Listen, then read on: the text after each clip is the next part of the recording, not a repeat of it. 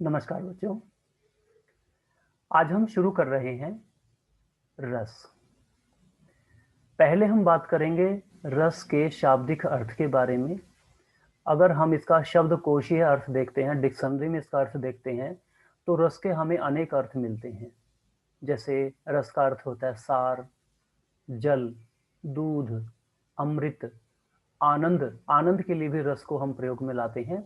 आदि ऐसे अनेक शब्द अर्थ के रूप में आपको दिखाई पड़ते हैं। रस होता क्या है, अब हम इसके बारे में विस्तृत चर्चा करेंगे, समझने का प्रयास करेंगे इसको। काव्य को पढ़ने, काव्य का मतलब है कोई भी कविता या कोई गीत आप जो सुनते हैं।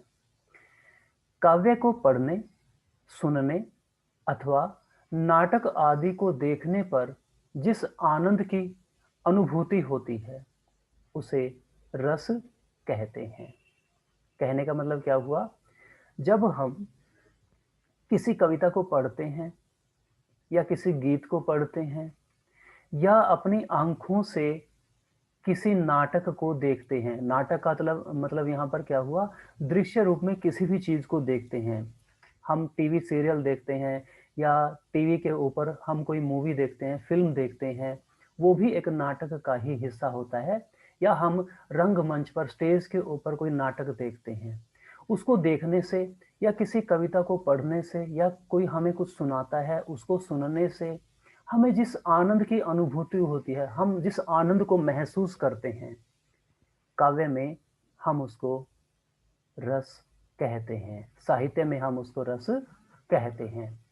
अर्थात मतलब क्या हुआ, कविता को पढ़ने, सुनने अथवा नाटक को देखने से हृदय में स्थित रति, शोक, उत्साह आदि भावों में से किसी एक के उत्पन्न होने से जिस अलौकिक आनंद की प्राप्ति होती है उसे काव्य में रस कहते हैं।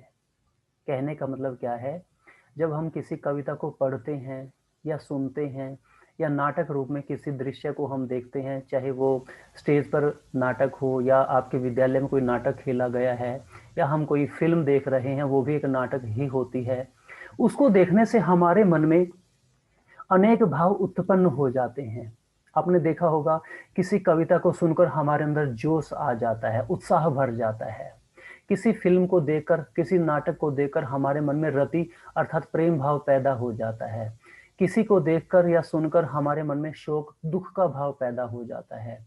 ये भाव हमें एक अलौकिक आनंद की प्राप्ति करवाते हैं। अलौकिक होता है जिस लोक का नहीं है, वह आनंद हमें उनको पढ़ने से या दृश्य रूप में नाटक को देखने से हमें मिलता है। काव्य में उसी को हम रस कहते हैं। और इस रस का नाम, इसमें अगर कोई एक बार डूब जाए तो वह सारी दुनिया को फिर भूल जाता है। यह रस के बारे में ऐसा माना जाता है। इसके बाद हम बात करते हैं रस की। जब हम प्राप्ति करते हैं, जब हमें रस की अनुभूति होती है, जब हमें रस फील होता है, उसके अंग कौन कौन से हैं, उसके अवयव कौन कौन से हैं, अर्थात किन किन चीजों को जोड़कर, किन किन चीजों के आधार पर हमें रस की अनुभूति होती है। रस सिद्धांत के प्रथम आचार्य हैं आचार्य भरत मुनि जी, जो संस्कृत के बहुत बड़े विद्वान माने गए हैं। और जो रसों की उत्पत्ति हुई है वह संस्कृत से ही हुई है, क्योंकि संस्कृत हमारी हिंदी भाषा की जननी है, माँ है उसकी। इसलिए संस्कृत से बहुत कुछ हमने अपनी हिंदी में ज्यों का त्यों रख लिया है, उनमें से रस भी एक है। भरत मुनि ने एक पुस्तक लिखी है, उसका नाम है नाट्य शास्त्र। उसमें उन्होंने क्या लिखा है, विभावानुभाव व्यभिचारी संयोगाद रस निष्पत्ति। अर्थात विभाव के, अनुभाव के, व्यभिचारी भावों के संयोग से, मिलन से रस की निष्पत्ति होती है, अर्थात हमें रस अनुभूत होता है। इस सूत्र को अगर हम ध्यान से देखते हैं तो इसके आधार पर रस के अंग हमें निम्न प्रकार से पता चलते हैं, जो इस प्रकार से हैं। पहला है हमारा स्थायी भाव, दूसरा है विभाव, तीसरा है अनुभाव और चौथा है संचारी भाव। हम बात करते हैं पहले स्थायी भाव की। स्थायी का मतलब आप समझ रहे हैं, स्थायी होता है जो परमानेंट है भाव, फीलिंग्स हमारी, वो फीलिंग्स जो परमानेंट हमारे मन में होती है, पहले से ही विद्यमान होती है। स्थायी भाव का अर्थ क्या है? स्थायी का अर्थ क्या होता है? टिकने वाला या स्थित रहने वाला। अब इसको हम परिभाषित करें तो कैसे करते हैं? वह मूल भाव जो चित्त में, चित्त क्या होता है? हमारा मन होता है, जो हमारे मन में चिरकाल तक, लंबे समय तक वासना, जिसको आप इच्छा कहते हैं, या संस्कार रूप में स्थिर रहता है, तथा जिसे विरुद्ध भाव दबा या छिपा नहीं सकते, वह स्थायी भाव कहलाता है। अर्थात जो स्थायी भाव होते हैं वह हमारे मन में चिरकाल तक रहते हैं, वो हमारे मन में स्थायी रूप से रहते हैं, परमानेंट रहते हैं। और कोई भी विरुद्ध, कोई ऑपोजिट भाव जो होता है वह उसको दबा नहीं सकता, वह उसको छिपा नहीं सकता है, उसे हम स्थायी भाव कहते हैं। और स्थायी भाव ही परिपक्व होकर, मैच्योर होकर रस की स्थिति को प्राप्त करते हैं। अर्थात रस की प्राप्ति होने में स्थायी भाव का बहुत बड़ा योगदान होता है। अब इस परिभाषा को हम स्पष्ट करते हैं। इसमें एक बात कही गई है कि जो भाव हमारे मन में संस्कार रूप में या वासना के रूप में परमानेंट रहते हैं और कोई भी विरुद्ध भाव उसको दबा नहीं सकता, उसे हम स्थायी भाव कहते हैं। अब ये विरुद्ध भाव कौन से होते हैं? देखिए, हमारे मन में कुछ स्थायी भाव होते हैं जो पहले से ही विद्यमान होते हैं। जैसे आपने देखा कि प्रेम का भाव है, जिसको हम रति कहते हैं, शोक दुख का भाव है, उत्साह जोश का भाव है, वात्सल्य का भाव है, भगवान की भक्ति का भाव है, गुस्से का भाव है, आदि ऐसे अनेक भाव हमारे मन में विद्यमान रहते हैं। हमारे मन में डर का भाव भी, भय का भाव भी विद्यमान है, जो परमानेंट होता है। ये भाव जब हमारे मन में उत्पन्न हो जाते हैं तब कोई भी विरुद्ध भाव उसको दबा नहीं सकता है। कैसे? मान लीजिए आप अंधेरे में कहीं पर जा रहे हैं और आपको भूत होने का या डर लगने का कोई अंदेशा है, आप डरे हुए हैं, आपके मन में भय स्थायी भाव है जो वह उपस्थित हो गया है, प्रकट हो गया, आप डर रहे हैं। मान लीजिए आपका साथी आपके साथ में चल रहा है, साथ में चलते चलते वह आपको कहता है नहीं ऐसा कुछ भी नहीं है, डरने की आवश्यकता नहीं है, वह आपको हौसला देता, आपके अंदर उत्साह भरने की कोशिश कर रहा है, लेकिन जो डर का भाव आपके मन में पैदा हो चुका है वह बाहर नहीं निकल रहा है। अर्थात जो भय परमानेंट आपके मन में उत्पन्न हो चुका है, उसको विरुद्ध भाव, दूसरा जो भाव वह उत्साह का, जोश का, वह उसको कम नहीं कर रहा है, वह उसको दबा नहीं पा रहा है। अर्थात डर में आप भयभीत हो चुके हैं। अब आपके सामने कोई चुटकुला सुनाए, हंसी की बात कहे, प्रेम की बात कहे, अब वो चीजें आपके मन को प्रभावित नहीं करेंगी, क्योंकि आप डरे हुए हैं, भय आपके मन में उत्पन्न हो चुका है। तो हम इनको कहते हैं स्थायी भाव, जो परमानेंट होते हैं, और जैसा वातावरण हमें मिलता है वैसे ही वह भाव हमारे मन में जाग जाता है। मान लीजिए आप क्रिकेट का मैच देख रहे हैं तो आपके अंदर अपने आप ही उत्साह पैदा हो जाता है। किसी ने ये आपको ये नहीं कहा कि जब क्रिकेट का मैच चल रहा है या कोई खेल चल रहा है तो आपके अंदर जोश आना चाहिए, उत्साह आना चाहिए, आपको कुर्सी से खड़ा होकर वो प्रकट भी करना होता है। वो अपने आप ही नेचुरल हमारे मन से हो जाता है, हमारे शरीर से वो प्रकट होना शुरू हो जाता है। अर्थात ये भाव स्थिति को देखकर अपने आप ही प्रकट हो जाते हैं। जब आप किसी एक फिल्म को देखते हैं, फिल्म में आप देखते हैं कि कोई हीरो है या कोई हीरोइन है, नायक है या नायिका है फिल्म में, जब वो रोते हैं, वो एक एक्टिंग कर रहे हैं, वो नाटक रूप में प्रस्तुत कर रहे हैं, तो आपके मन में अपने आप ही रोने का भाव आ जाता है। जब किसी खलनायक की पिटाई होती है या कोई ऐसा भाव हमें देखने को मिलता है या सुनने को मिलता है तो हमारे अंदर जोश आ जाता है। जब फिल्म में जो नायक होता है, हीरो होता है, वह क्रोध करता है तो उसको क्रोध में देखकर, उत्साह में देखकर हमारे मन में भी क्रोध का, उत्साह का भाव अपने आप ही पैदा हो जाता है। जब वह डरता है, किसी ऐसी स्थिति को देखकर, रात का दृश्य होता है, तो हमारे मन में भी वो डर अपने आप ही पैदा हो जाता है। तो ये स्थायी भाव होते हैं, ये हमारे मन में पहले से ही विद्यमान होते हैं। जैसी स्थिति हम कविता में पढ़ते हैं या दृश्य रूप में नाटक में हम देखते हैं, वह अपने आप ही हमारे मन से प्रकट हो जाती है। इन्हीं को हम स्थायी भाव कहते हैं, जो परमानेंट फीलिंग हमारे मन में विद्यमान होती है। आगे हम बात करते हैं अब स्थायी भावों की। विभिन्न रस हैं हमारे। पहले रसों की संख्या 7 मानी गई थी, बाद में उनकी संख्या 9 मानी गई। अब स्वतंत्र रूप से 11 रसों की संख्या मानी गई है। रस कौन कौन से हैं? 11 है, और उनके स्थायी भाव कौन कौन से हैं, इसके बारे में अब हम चर्चा करते हैं। पहला रस है हमारा श्रृंगार रस। इसको रसों का राजा माना गया है, अर्थात सर्वश्रेष्ठ जो रस है वह श्रृंगार रस माना गया है। जैसे फलों का राजा आम माना गया है, आपको पता है कि अनेक फल होते हैं, फिर भी हम उसके महत्व को देखते हुए रसों का राजा आम को हम मानते हैं। ऐसे ही जो रस है, इनमें श्रृंगार रस सबसे प्रमुख माना गया है, और इसका जो स्थायी भाव है, जो परमानेंट हमारे मन में विद्यमान होता है, वह है रति। रति का मतलब होता है प्रेम। जो रति शब्द है, यह कामदेव की पत्नी रति से लिया गया है। प्रेम की अनुभूति इससे हमें होती है। दूसरा जो रस है वह है हास्य रस। हास्य रस का स्थायी भाव हास्य होता है, अर्थात हमारे मन में प्रेम भाव भी परमानेंट पहले से विद्यमान होता है। हास्य हंसी मजाक का भाव भी हमारे मन में होता है। तीसरा रस है हमारा करुण रस।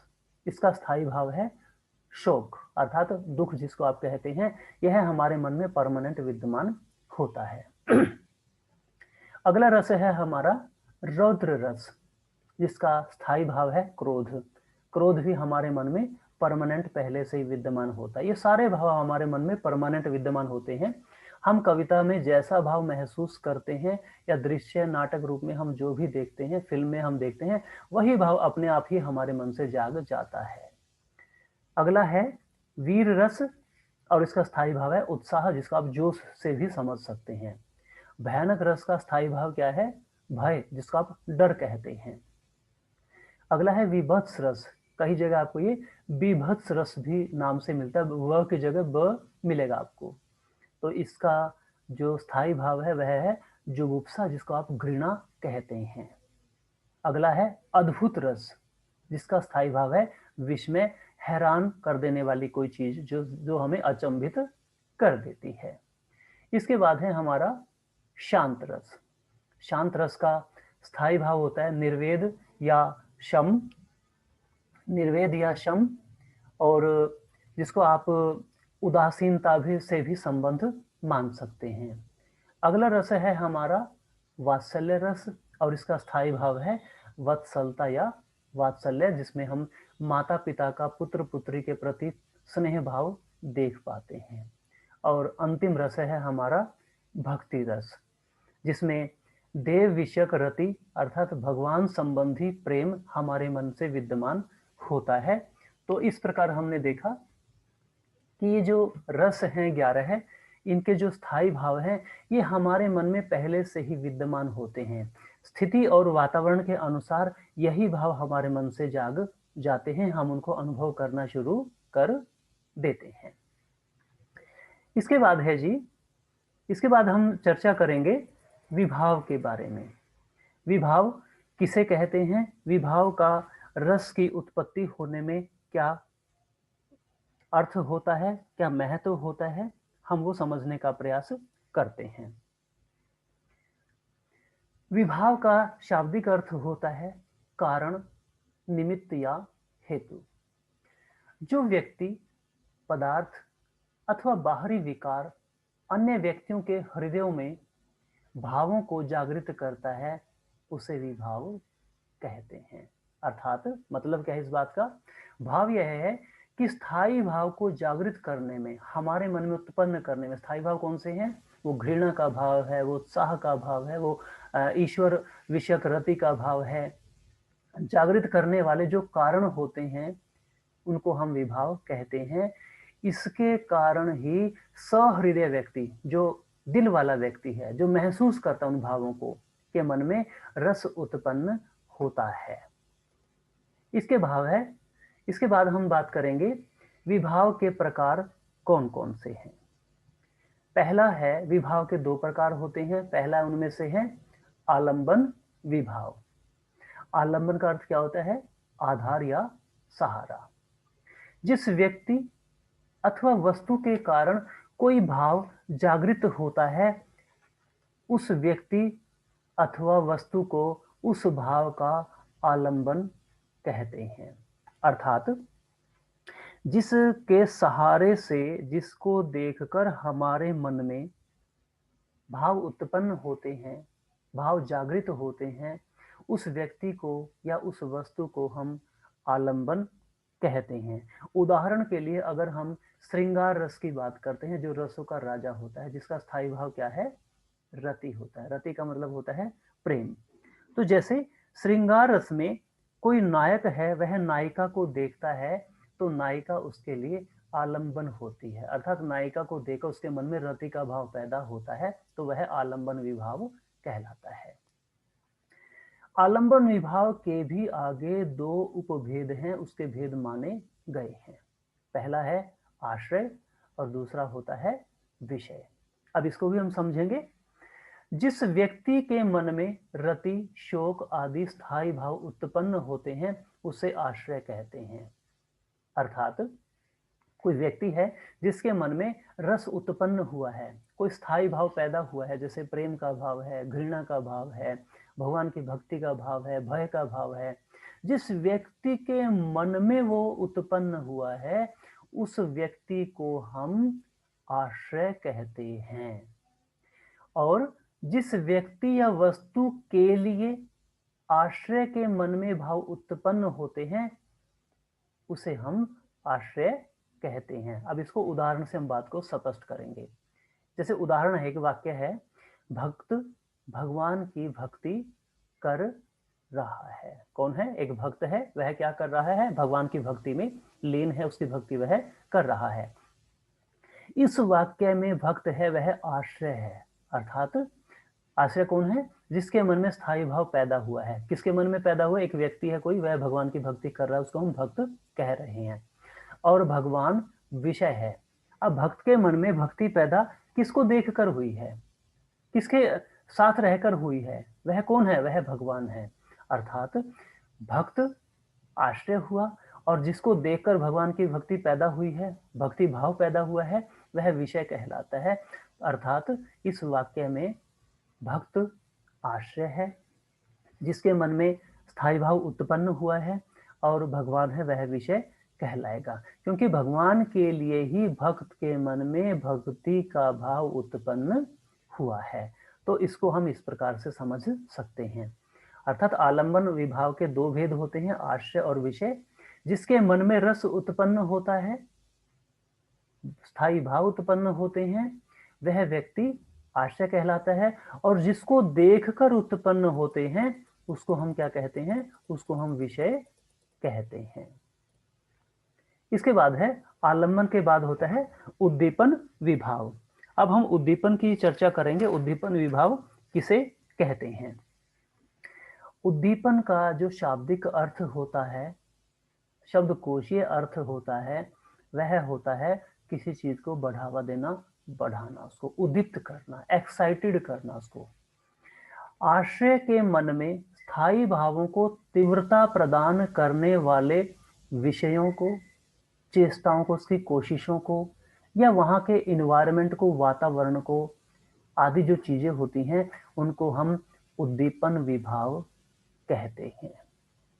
अर्थात आसपास का जो वातावरण होता है, कोई विषय होता है, कोई उसकी क्रिया होती है, चेष्टा होती है, इनको हम उद्दीपन कहते हैं। अर्थात उद्दीपन ये वे विभाव हैं जो हमारे भावों को उत्तेजित करते हैं, एक्साइटेड करते हैं, उसको हम उद्दीपन विभाव कहते हैं। जैसे चांद का निकलना, कोयल का कूकना, एकांत स्थान आदि। अब इस बात को हम अगर उदाहरण से समझने की कोशिश करें कि निर्जन वन में रात के समय शेर को देखकर कोई व्यक्ति भयभीत हो जाता है। कौन है? निर्जन वन है, जहां पर कोई आदमी नहीं है, निर्जन अर्थात जन से जो रहित, आदमी से जो रहित है, खाली है। रात का समय है, आप स्थिति को समझने का प्रयास करें। एकांत वन है, रात का समय है और शेर वहां पर है और कोई व्यक्ति उसको देखकर डरा हुआ है, भयभीत हो जाता है। इसमें भयभीत व्यक्ति आश्रय है, अर्थात जिसके मन में स्थायी भाव पैदा हुआ है वह व्यक्ति आश्रय कहलाता है। किसको देखकर वो पैदा हुआ है, अर्थात वह है शेर, तो शेर विषय कहलाता है। शेर का भयंकर मुख, दहाड़ना उसका, झपट्टा मारने की क्रिया भय के भाव को उद्दीप्त करते हैं, बढ़ाते हैं, हमारे मन में एक्साइटेड कर देते हैं हमें। इसलिए ये सभी उद्दीपन विभाव कहलाते हैं, अर्थात वह वातावरण, वह स्थिति जिसमें स्थायी भाव हमारे मन में जागृत होते हैं। उदाहरण के लिए अगर हम इस बात को इस प्रकार से भी समझने का प्रयास करें कि अगर रात का दृश्य ना होता, शेर ना होता, उसका मन में डर ना होता, उसकी दहाड़ने की आवाज हमें ना सुनाई देती, झपट्टा मारने की क्रिया हमारे मन में बस गई कि आएगा वो मुझे झपट्टा मारेगा, मुझे खा लेगा, ये जो वातावरण, इन्वायरमेंट हमारे मन में बन चुका है, इसी वातावरण ने हमारे मन में जो भाव है, कौन सा स्थायी भाव है, डर वाला जो भाव है, उसको उद्दीप्त कर दिया, उसको जागृत कर दिया है। इसको हम क्या कहते हैं, उद्दीपन विभाव कहते हैं। अर्थात जब हमारे मन में कोई स्थायी भाव जागृत होता है, चाहे वह उत्साह का है, चाहे वह डर का है, चाहे भगवान की भक्ति है, तो उसके लिए एक इन्वायरमेंट होता है, एक वातावरण बनता है। उदाहरण के लिए आप कहीं पर भी जा रहे हैं तो आपके मन में भगवान की भक्ति शायद ही जागेगी, क्योंकि आपको वहां पर कोई इन्वायरमेंट, कोई वातावरण दिखाई नहीं दे रहा है। लेकिन ऐसा क्यों होता है कि जब आप मंदिर में जाते हैं या मस्जिद में जाते हैं या गिरजाघर में जाते हैं या गुरुद्वारे में जाते हैं, वहां जाने के बाद अपने आप ही आपके मन की कलुषता दूर हो जाती है, बुराइयां नष्ट हो जाती है, आपका मन शांत हो जाता है। जिसको भगवान की भक्ति के भजन भी नहीं करने आते, वह भी अपने मन से गाना शुरू कर देता है, होठों को फड़फड़ाना शुरू कर देता है। ये कैसे हुआ? ये उस वातावरण में हुआ है। आप मंदिर में, मस्जिद में या ऐसे पवित्र स्थान पर खड़े हैं, धार्मिक स्थल पर आप खड़े हैं, तो ऐसे वातावरण में अपने आप ही आपके मन में ईश्वर संबंधी प्रेम उत्पन्न हो जाता है, देव संबंधी रति आपके मन में उत्पन्न हो जाती है। वो जो वातावरण बना हुआ है, उसी वातावरण को हम उद्दीपन विभाव कहते हैं। आलंबन विभाव क्या होते हैं? जिसके मन में भाव पैदा होता है, जिसको देखकर पैदा होता है। और उद्दीपन विभाव क्या हो गया? जिस वातावरण में वो भाव पैदा होते हैं। इस बात को हम एक और अन्य उदाहरण से समझने का प्रयास करें। मान लीजिए आपके किसी प्रियजन के साथ कोई अनिष्ट हो गया है, आपके कोई सगे संबंधी है, उनमें से किसी की कोई मृत्यु हो गई है, आप वहां पर हैं, आपने देखा कि वहां सभी रो रहे हैं, दुखी हैं, परेशान हैं। आप उनको देखकर उन जैसा ही हो जाएंगे, आपके मन में वो दुख का भाव, वो शोक का भाव प्रकट हो जाएगा, आप रोना शुरू कर देंगे। आपके मन से शोक का भाव उत्पन्न हो गया है, जो स्थायी भाव पहले से ही विद्यमान था।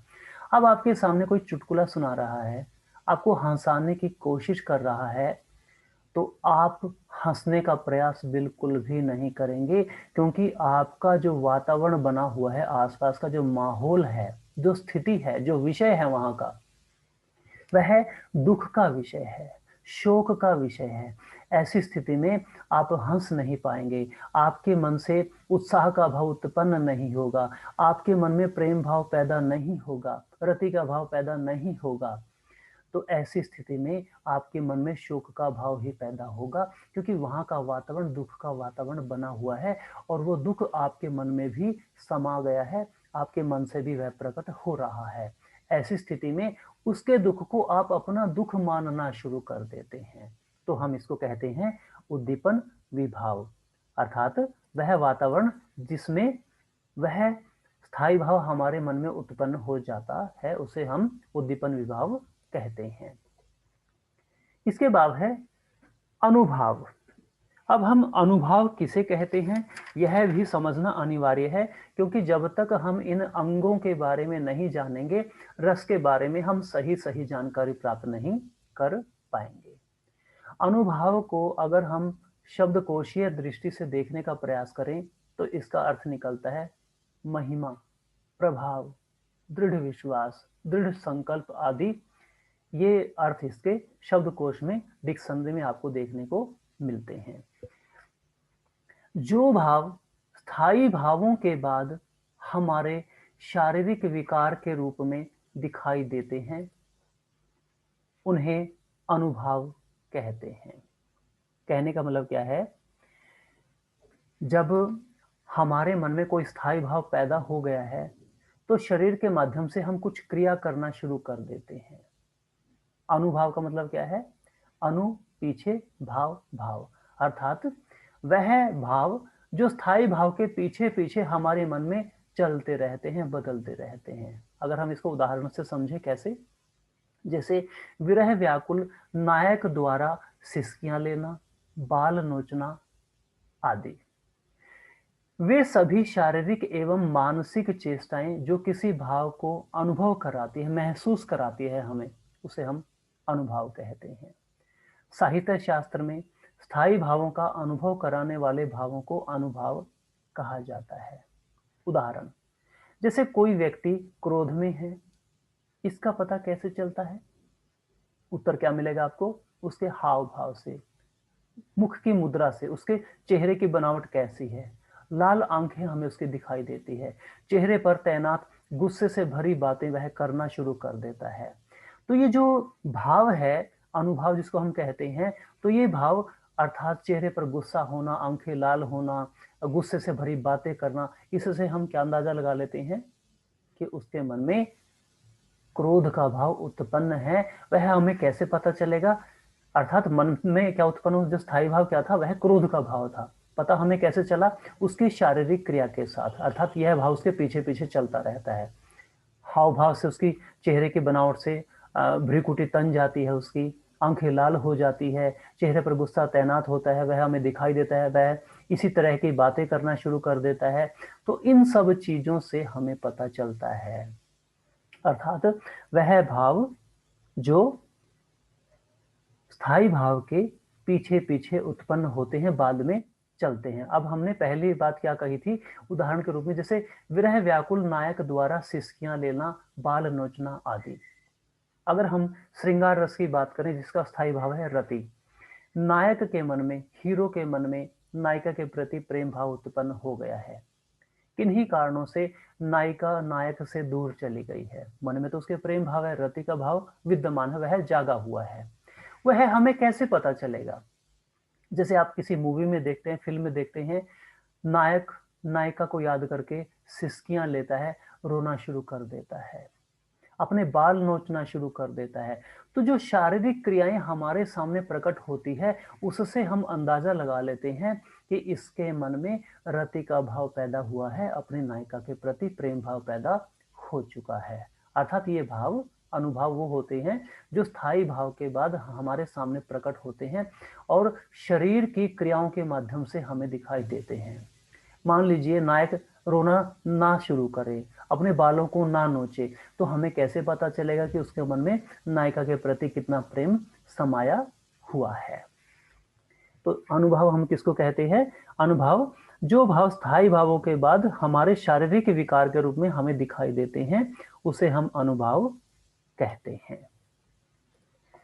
अनुभाव के आगे 4 भेद होते हैं। अनुभाव के आगे कितने भेद होते हैं? अनुभाव के आगे 4 भेद होते हैं। पहला है सात्विक अनुभव, कायिक अनुभव, मानसिक अनुभव और चौथा है आहार्य।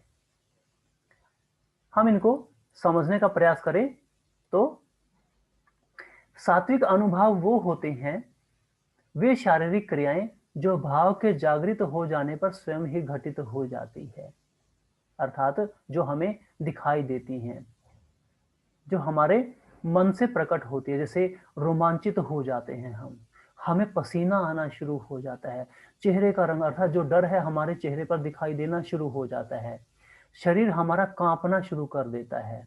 तो ये भाव जो होते हैं, इनको हम सात्विक भाव, अनुभाव कहते हैं। दूसरा है कायिक। कायिक का मतलब क्या है? काया से संबंधित, हमारे शरीर से संबंधित जो होते हैं, अर्थात आश्रय के अधीन होने वाले वे कृत्रिम चेष्टाएं, बनावटी जो हमारी क्रियाएं होती हैं, जो आश्रय की मनोस्थिति पर निर्भर होती है, उस पर डिपेंड होती है, कोई जबरदस्ती उसके साथ नहीं हो सकती है, उसको हम कायिक अनुभव कहते हैं। जैसे बाहों में बाहों में भरने के लिए बाहें उठाना या मारने के लिए मुक्का दिखाना आदि, इसको हम क्या कहते हैं? कायिक अनुभव। अर्थात कायिक होता है शरीर से संबंधित। ये होती है कृत्रिम चेष्टाएं, जो दिखावे के लिए होती है, आर्टिफिशियल जिसको आप कहते हैं। हम क्या देखते हैं कि ये शरीर के माध्यम से, शरीर के अंगों के माध्यम से प्रकट होते हैं अनुभव। कैसे? जैसे हम किसी को गले लगाना चाहते हैं तो उसके लिए हम दूर से ही बाहें फैलाकर उसकी तरफ आगे बढ़ना शुरू कर देते हैं गले लगाने के लिए। किसी को हम मारना चाहते हैं तो दूर से ही हम मुक्के को बना लेते हैं, उसकी तरफ जाते हैं। तीसरा है हमारा मानसिक अनुभव। ये मन की मनोवृत्ति होती है हमारी। मन को, जो हमारी मनोवृत्ति होती है, जो मन की स्थिति पर आधारित होती है। जैसे मोद में भर जाना, प्रमोद में, अर्थात प्रेम भाव उत्पन्न हो जाना, इसको हम क्या कहते हैं? मानसिक अनुभव हम इसको कहते हैं। और अगला है हमारा आहार्य।